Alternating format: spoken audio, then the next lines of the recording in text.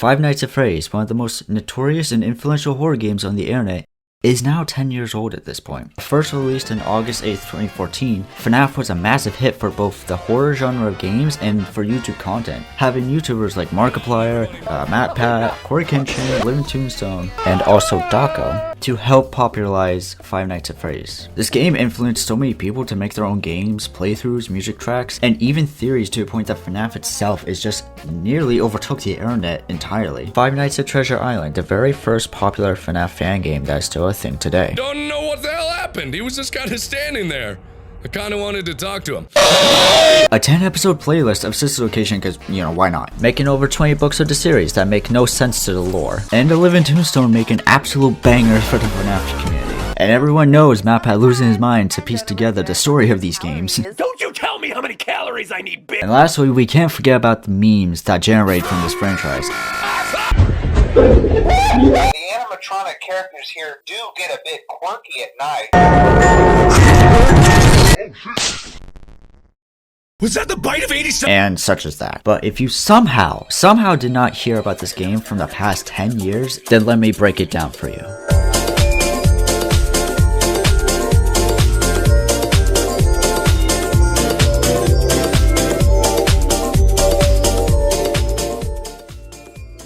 Imagine this, you're Scott Cawthon. Before he made Fnaf 1, you worked at a dollar store, but you made some games on the side. Some were related to fishing, others were actual gambling games. These games weren't going anywhere, unfortunately, because of the heavy critique that they all got. The last game he made before Fnaf, Chipper & Sons Lumber Company, had a lot of negative backlash from players. You may notice the dead, terrifying, soulless eyes of the background characters. That's a signature of Chip and whatever the fuck it was called, Chipper and Sons. Robots, that's what they are, they're robot beavers. That's not good. This kind of critique can be crumbled together to describe those creepy animatronics you could see at Chuck E. Cheese or other spots like that. Solar Sands does an awesome job of writing down all of Scott's previous games going back to 1994. You can obviously tell the contrast from his religious view within his game shifting over to sci-fi concepts, especially with robots and computers. This is where Fnaf 1 got its inspiration and became the catalyst for the whole Fnaf series at this point. But unfortunately, this game did not get as much traction until it hit YouTube. Hello everybody, my name is Markiplier and welcome to Five Nights at Freddy's. On August 12, 2014, there was a glimmer of hope for Scott when Markiplier himself uploaded his first playthrough of Fnaf 1. This video has sparked a lot of people to make their own playthroughs of the game and grew the game's popularity. This helped spill into content made by the growing community on YouTube. Most notably, its music. The Living Tombstone is the most well-known music artist for the Freddy's community. His first Fnaf song is the most popular in both his channel and among the fans, standing at an outstanding 331 million views. The Fnaf 1 song has become so iconic that it's even appeared in the end credits of the Fnaf movie, and at the time of writing the script, the second film is in production and I myself cannot wait to see it.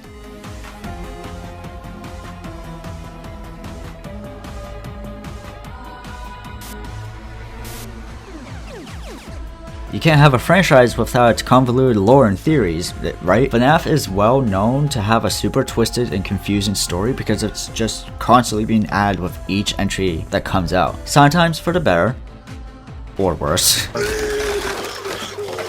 It ranges from the bite of 83/87 appearing in Fnaf 4.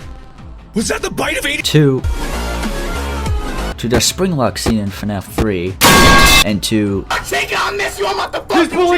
there's much more to the story of Fnaf that I don't even bother to figure out. I swear this game has more complicated lore than One Piece. Ever since Fnaf 2, I think, there was actual merch you could buy that was centered around Fnaf, either from actual plush to blankets, wall posters to clothes, figures to keychains. U2's, Senshi, and the most popular, Funko, has been pumping these out because, Fnaf can make the big green numbers for them, even if they're sometimes recolors. The quality can range from, but plushies actually looking like in-game or in-world models you could see from the game. all the way to... I would imagine books would fall under merchandise because I mentioned before that there's actual FNAF books you could read. I've gotten the Silver Eyes book almost day one, and the Silver Eyes released in 2016, almost 8 years ago. Damn, I feel old. And there's still books being made to this day to complicate the lore of each page you turn. And of course, there has to be clothes to show how much of a shut-in you are to other people. I've never actually got any FNAF themed clothing for myself for that very reason. But there is one shirt that I thought was pretty cool that was released a few months ago in 2023.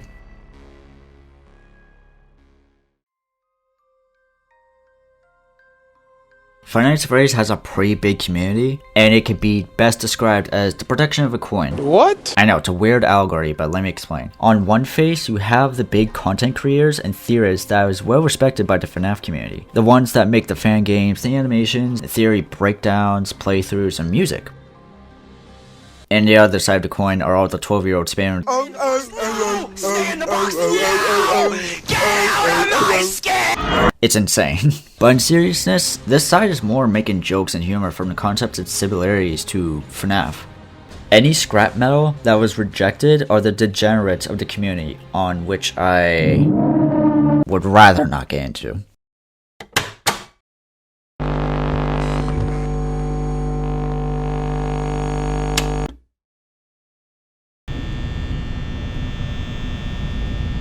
There was one thing that FNAF had, is the ambience that plays in the games, to add to the tension of constantly looking throughout the restaurant through your cameras. Some games have this same premise of gameplay, look through your barely functioning cameras and doors that eat power when closed. Because for being a night guard, the company running the show has to be too cheap to give you a taser or a gun to defend against actual robbers and intruders. But this game has a unique way of using the cameras in self-defense. This part is a long trip, so please bear with me. You start your night at 12 AM midnight, sitting in your office to look at your desk. TV monitors, a fan, and Carl the Cupcake when you're getting a little hungry. The phone rings and you hear the voice of what's supposedly a previous coworker to help you ease into your night shift, but recorded from the night or even the day prior to your shift. I wanted to record a message for you, but I'm here to tell you there's nothing to worry about. All the phone calls, all the way up to FNAF 3, were all voiced by Scott himself. This being the only voice acting and human connection we'll get for the game, giving you the feeling that you are supposed to be alone. The animatronic characters here do get a bit quirky at night. I don't want to know what he means by that. The main stage camera, 1A, shows the animatronic characters that run the show of the daytime. Bonnie the Bunny, Chica the Chicken, and the main star of the show, Freddy Fazbear himself. They are the first three characters that you'll see when the game starts up. Typically, Bonnie is the first one to start walking around 3 AM, followed by Chica at 4 AM. But Freddy doesn't start walking up until 3 AM in night 3, but we'll get to that later. They're left in some kind of free roaming mode at night. Something about their servos locking up if they get turned off for too long. Later, you will see the animatronics walk around the location that you're in, first appearing in random rooms with no order, but eventually walking up to your office that you're in. Bonnie will enter the west hall, then make his way to the left door, peering at you through the doorway before you could shut it. Chica will do the same in the East Hall, but when she reaches your office, she will stare through the window with a blank stare, thinking you would taste great with a topping of pepperonis. Pizza? The one advantage to Chica's death stare is that she is much easier to see than Bonnie when they're both at their separate doors.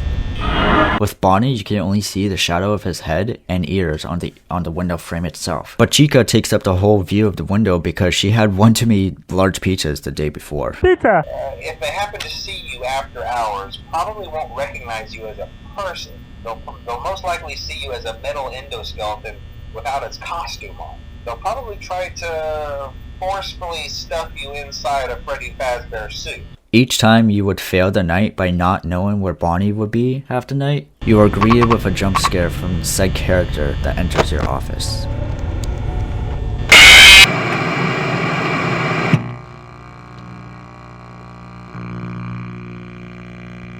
Static would flood the screen, which fades away to the camera view of the back repair office. Originally, at the end of the table would be a blank endoskeleton just slouched forward. but the game over screen would show a Freddy suit taking its place, all bloodied up and showing 2 eyeballs hanging out from the sockets of the headpiece. Presumably your own eyes being popped out. So you can imagine how having your head forcefully pressed inside one of those could cause a bit of discomfort and death. The whole premise of the first few nights was to train you how to play the game past 4 AM on night 1. But to spice up gameplay, there's actually a total of 5 characters to guard yourself from. Bonnie and Chica are actually the most straightforward animatronics to tend to. Walk from the stage, walk through the hall, stand at the doorway, and that's it. But there is a 4th character to take care about. On camera 1C, you will see Pirate's Cove, a dark purple stage with a pink purplish curtain sparkled with white stars. A white sign stands before it that says "Out of Order." This is where Foxy, the pirate fox, would stay and hide. There is a rare chance for this white sign to say "It's me" to add on to the mystery of this statement. Also, check on the curtain in Pirate Cove from time to time. The character in there seems unique in that he becomes more active if the cameras remain off for long periods of time. Checking the cameras is the only deterrent against Foxy. Checking 1C would keep him in his cove for as long as he's in there, as implied by the phone call. But there's actually 4 stages to this. The first is when he's cooped up behind those curtains, doing unspeakable things. The second stage is when he's peeking out between the curtains, staring solely into the camera. The third stage is that when he's out of Pirate's Cove, but he's still in view of the camera, showing that he's close to making a bolt to your office. Checking the camera in the stage will show the curtains to Pirate's Cove wide open. You skim through the other cameras to see where Foxy could run off to. You check the camera to West Hall to see if he's getting closer. You hastily reach the door button, but to no avail.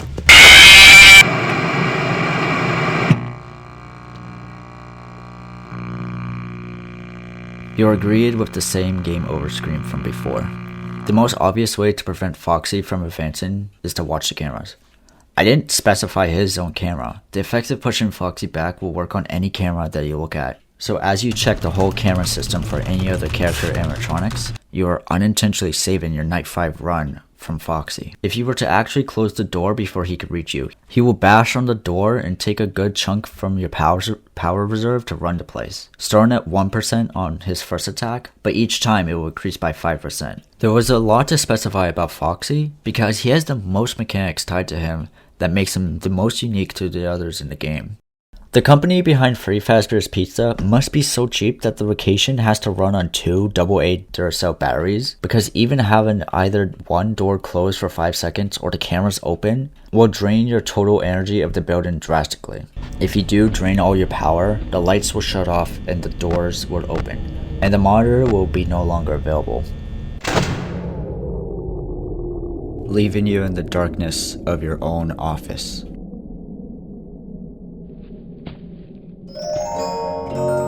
From your left door, you would hear the chime of, I'm gonna butcher this, Toreador March. 2 glowing eyes will stare at you from the darkness. The phone call is mentioned that Freddy will be the most active in the dark. So if there's no power to light up the building, then Freddy has all rights to go wherever. Interestingly enough, Freddy himself doesn't come off stage very often. I've heard he becomes a lot more active in the dark, though, so hey, I guess that's one more reason not to run out of power, right?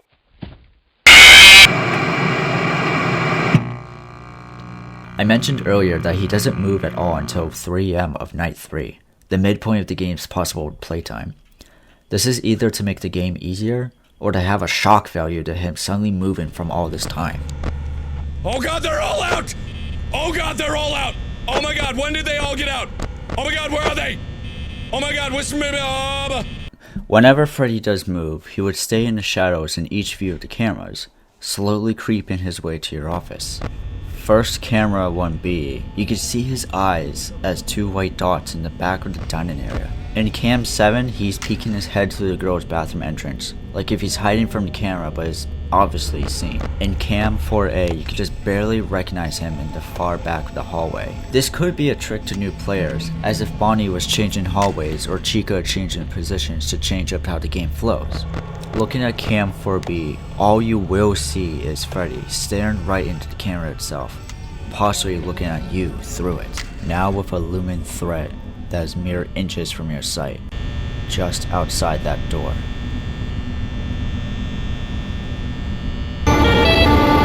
Freddy will wait until you have your monitor up and sneak into your office from his last camera spot and wait behind you when you have the door open with your monitor up, and will jump at random. The whole cast of the first Freddy's game run on the same premise of how they work, with some small exceptions to change up the style.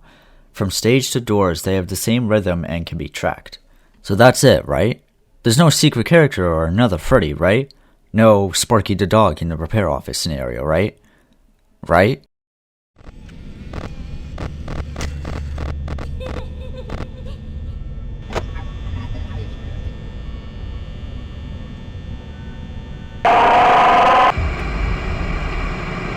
The most mysterious character from the whole franchise of Fnaf, Golden Freddy is the rarest character you could see from the game.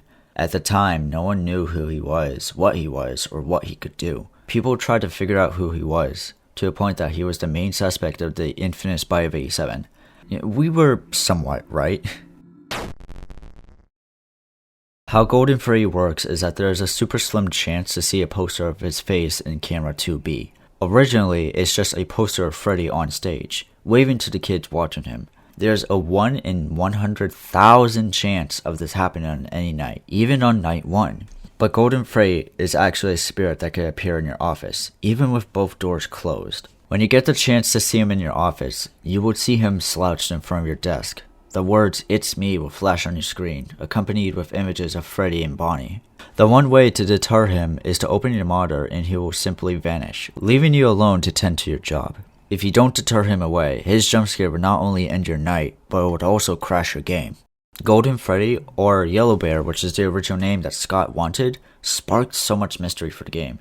He was the whole catalyst of theorizing about the lore of the whole franchise. Even to this day, there is so much mystery to him. At this point on, Golden Freddy has made appearances in different ways. Withered in Fnaf 2, Phantom in Fnaf 3, Nightmare in Fnaf 4, and the closest that we got in sister location is actually Yendo in the Custom Night. And the last appearance was in Ultimate Custom Night as himself and the previous interactions that we saw.